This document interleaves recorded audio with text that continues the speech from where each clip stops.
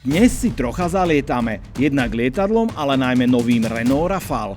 Ten má ambicióznu, ale zároveň neľahkú úlohu. Uspieť tam, kde sa to jeho predchodcom ešte nepodarilo. Takže... Ahojte, vítam vás v Leteckom múzeu v Mladej Boleslavi. A teraz sa možno pýtate, že čo lietadla na Volant TV? Popravde, mali sme tu už kadečo, tak prečo nie lietadla? Ale dnes vám predstavím auto, ktoré má s lietadlami spoločného viac než dosť. Určite si pamätáte na klasické Renaulty, ako napríklad Safran, Avantime alebo Velsatis. To boli všetko pokusy Renaultu dostať sa do prémiového segmentu. No a najmä tie posledné dva skončili niečím, čo by sme ako úspech rozhodne označiť nemohli. No a preto sa dnes pozrieme, aké ambície a reálne možnosti má práve nový Rafale. Po prvých skúsenostiach musím povedať, že má celkom dobre našľapnuté. No a teraz mi povedzte, že ktorá farba sa vám páči najviac. Podľa mňa to bude táto modrá, no ale aj tá vzadu nevyzerá úplne zle. No tak skúsime, že čo sme si teda vylosovali. OK, tak nie je to modrá, je to šedá, ale čo narobíme, aj tak vyzerá veľmi pekne. Tá kombinácia laku a tých lesklých čiernych plastov a doplnkov môže byť, no ale modrá je modrá, teda ako sa voľakedy hovorilo, modrá je dobrá. V tomto prípade to určite platí. No ale ešte vám dlžím jednu dosť podstatnú informáciu, že akú spojitosť má vlastne toto auto s lietadlami. Tak to meno Rafale je podľa lietadla, ktoré Renault vyrábal už v 30. rokoch. Počujete dobre, Renault vyrábal aj lietadlá, aj iné veci, ale o tom niekedy na budúce.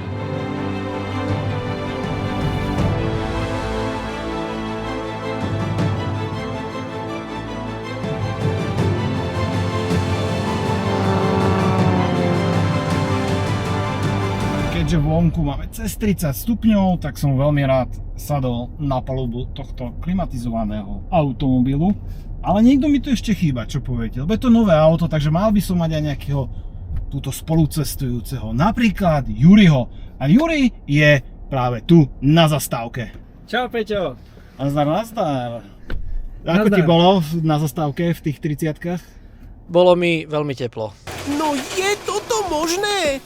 Ďalší? To by sa mu nestalo, keby nakupuje na filtre a oleje.sk. Dopraj aj ty svojej mašine len to najlepšie. Filtre a oleje.sk. Konečne sú tu poriadne okuliare pre vodičov pre tvoju vyššiu bezpečnosť a komfort za volantom. Polarizačné okuliare, ktoré blokujú odlesky od vozovky a protiidúcich aut. Kúp ich teraz za akciovú cenu na polarizačné.sk/volant. No Peťo, teraz je to trošku inak, ako sme bežne zvyknutí. Ja som sa bohužiaľ nestihol zúčastniť prezentácie. O Renaulte Rafale viem toľko, že má letecké meno, že je postavený na platforme vlastne Renaultu Espace. A mňa zaujíma, ty si na ňom už absolvoval veľa kilometrov z Bratislavy do Mladej Boleslavy. Čo je taký paradox, že z Mladej Boleslavy? Ináč... Mladá Boleslav je sídlo istej nemenovanej českej jedinej automobilky. Peugeot. To znamená, že ja sa v tomto aute veziem prvýkrát a zatiaľ mi povedz teda tvoje dojmy. Ty si dočasným, ale dlhodobým majiteľom Espasu redakčného. Toto auto má rovnaký motor, rovnaký pohon, rovnaký for control, inú kasňu, je to SUV coupé, čo je veľmi trendy záležitosť a fun fact pre všetkých posluchačov a divákov. Toto auto má na svedomí ten istý dizajner, ktorý dizajnoval Peugeot 408. To znamená, že ak tu vidíte nejaké podobnosti, možno to nie je až taká náhoda. Pán dizajner sa volá Gilles Vidal, dlho robil v Peugeote, no a teraz prešiel do Renaultu a toto je, ak sa nemýlim, jeho prvé dielo. A aj keď sú tu nejaké podobnosti s tou 408, tak musím povedať, že v konečnom dôsledku toto je predsa len o dosť väčšie auto a dovolím si povedať, že pôsobí trošku prémiovejšie. Ale dosť bolo takýchto mojich rečí. Mňa zaujímajú teda tvoje dojmy. Čo by si povedal, že je najväčší rozdiel medzi tvojim Espasom a týmto? Jednoznačne je to akustický komfort. Ja som vybehol s týmto autom na diaľnicu a hovorím, že to sa mi nejako nezdá toto.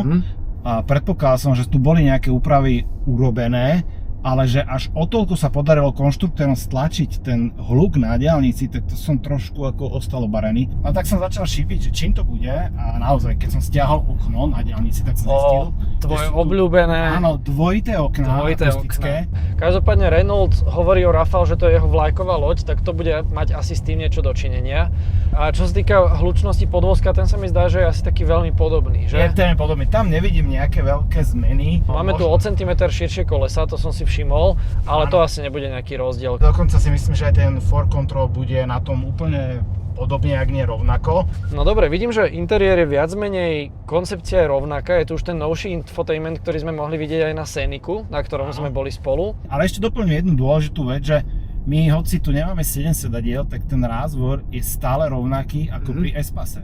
To znamená, že ste tu síce 4 alebo 5 vnútri, ale jednoducho máš tu rovnako veľa miesta ako v 7-miestnom S-Passe. No určite, to vidím. I keď zadné sedadla nie sú posúvateľné, čo je škoda trošku, ale pri tomto type auta ti to asi nebude vadiť. Sranda, že tuto nám neponúka Renault to digitálne spätné zrkadlo, čo ponúka napríklad v Scenicu aj v elektrickom Megane. Áno. Dobre, ešte som si všimol novinku, je tu tá Solar Bay strecha, čo je veľmi efektná záležitosť. A je to v zásade to isté, ako sme mohli obdivovať aj pri elektrickom Scenicu. Toto je opäť vec, ktorú nemáš v S-Passe, ale možno to príde niekde v polovici životného cyklu v rámci nejakého refreshu alebo teda faceliftu po slovensky.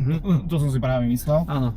A bolo by to určite plus, tak ako tie dvojité okná. Ďalšia vec, ktorá síce vyzerá na prvý pohľad úplne rovnako ako v S-Passe, ale opäť tu inžinieri trošku akože sa pohrali s tým, je tento volič rýchlosti. V S-Passe ho máš tuto a častokrát tak akože brnkáš po všetkých tých pákach, ktoré tu máš, ale tuto je tá tyčinka úplne takto hore a už si fakt nepomýliš s ničím. A majú úplne iný tvar. Áno, a teraz už fakt nedávaš ani ruky z volantu, ale že len takto prstom brnkáš hore-dole. Nie, že by si to veľmi potreboval, ale je to opäť ďalšie vylepšenie. No a teraz mi ty povedz úprimne, že keď si videl toto auto prvýkrát, ten tvar, ten dizajn, čo na ňom hovoríš? Ja musím povedať, že zanecháva veľký dojem. Ja som ho videl prvýkrát v Bratislave náhodou, už asi nejaké predvádzacie vozidlo a obzrel som sa. Hlavne ja som ho videl v tej modrej farbe. Jo, v tej Alpine, tá je krásna. A to sa nedá nevidieť. Naozaj, je to fakt pekné auto a ako si človek hovorí, že to SUV kúpe, že sa to podobá na ten Peugeot, z tohto ide oveľa väčší rešpekt. Ale je to možno aj kvôli tej veľkosti a že tie proporcie sa mi zdá, že sú tu trošku lepšie. Koľko to má stáť? Základ je pod 40 000. Fú. A to už máš samozrejme automat, máš tu hybrid 200 koňový, máš tu plno veci vo výbave. Čo sa týka jazdného zážitku, tak viac menej to isté, čo máme teraz. Totálne. Len možno trošku iné materiály, nejaká výbava, kamerky a tak ďalej. My máme teraz Alpine, teda tú najvyššiu, teda je tu plno iných vecí, napríklad skvelé sedačky, kde pulzuje aj to logo Alpine, čo máš za chrbtom. Takže je tu takýchto vecí veľa, ale to podstatné ostáva, to znamená, že odlučnenie, dvojité okná, máš už v základe. Príplatok za túto strechu je naozaj minimálny a teraz aj ideme pod slnkom, sami to vidíte 33 stupňov, slnko peče celý deň a sa nemôžem sťažovať. To je jedna z vecí, keď ľudia začnú ohreňať nosom, že 1, 2, 3-valec, to nemôže chodiť, poďte sa tam kickdown a tá rýchlosť tam 20, 30. Dobre, už ideme ilegálnou rýchlosťou. A je to ďalšie porovnanie s S-Passom a teraz som si to naplno uvedomil. Odlučnenie motora sa mi zdá. Odlučnenie motora a jeho prejav.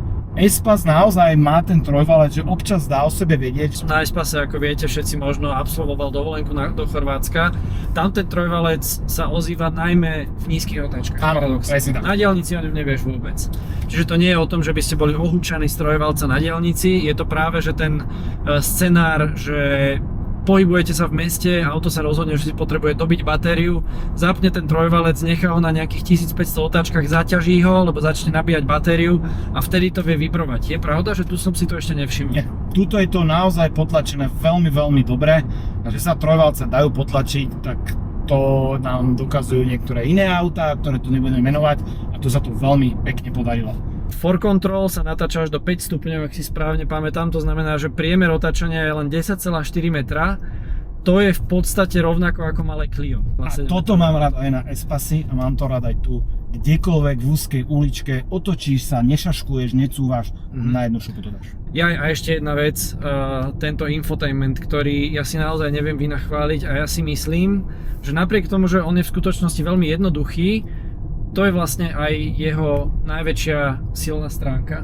Fičí to na Google, je to online, perfektne to spolupracuje s mobilom, ako ja si fakt myslím, že tie prémiové automobilky by sa vo veľa veciach mohli niečo od toho Renaultu naučiť. Ano. Minimálne jednoduchosť a prívetivosť ovládania. Jazdné vlastnosti, ja musím povedať, že tento podvozok je stále trošičku tuchší možno, než by sa mi páčilo. Ja by som kľudne obetoval trošku z jazdných vlastností a dal niečo komfortnejšie, ale odlučnenie je tu podľa mňa na úrovni. Teraz najviac počuť pneumatiky. Fakt, že aerodynamiku už viac menej vôbec. Pneumatiky máš tu už v základe 20-palcové, čo na jednu stranu akože je strašná farárina, a na druhú stranu ja by som kľudne 19 sem dal ako základ, bolo by to komfortnejšie. A celkovo ako balík vlastne tento Rafale je taký skok pre Renault, lebo keď si zoberieš, toto už je druhé SUV coupe, ktoré Renault má. Áno. Prvý bol Arkana? Áno, ale na to, keď sa pozrieš na Arkanu, tak ti to príde ako také napumpované Clio na podvozku s uskoseným zadkom, je to také aj vnútri. Na druhú stranu extrémne úspešné. Presne tak, takže ja si nemyslím, že toto auto by sa zle predávalo, lebo už keď len stojí v tej modrej, ale aj v tejto šedej na tom parkovisku a kľudne vedľa neho môže zastať aj spomínaná X2, tá určite, ale aj X4. V zásade Renault čo robí je, že ponúkne ti auto vo veľkosti X4 za cenu X2. To je pravda. A ešte možno aj menšiu. X2 môžeš mať kľudne za 70-80. Síce s výkonnejším motorom a tak ďalej. Túto cenu podľa mňa nedokážeš dostať niekde vysoko na tých 50 niečo. Proste nedokážeš to ani s tou všetko vybavou. Preto si myslím, že toto je dobrý krok Renaultu. Môžete nenávidieť SUVčka, môžete nenávidieť SUV coupe, ale toto je naozaj podarené auto.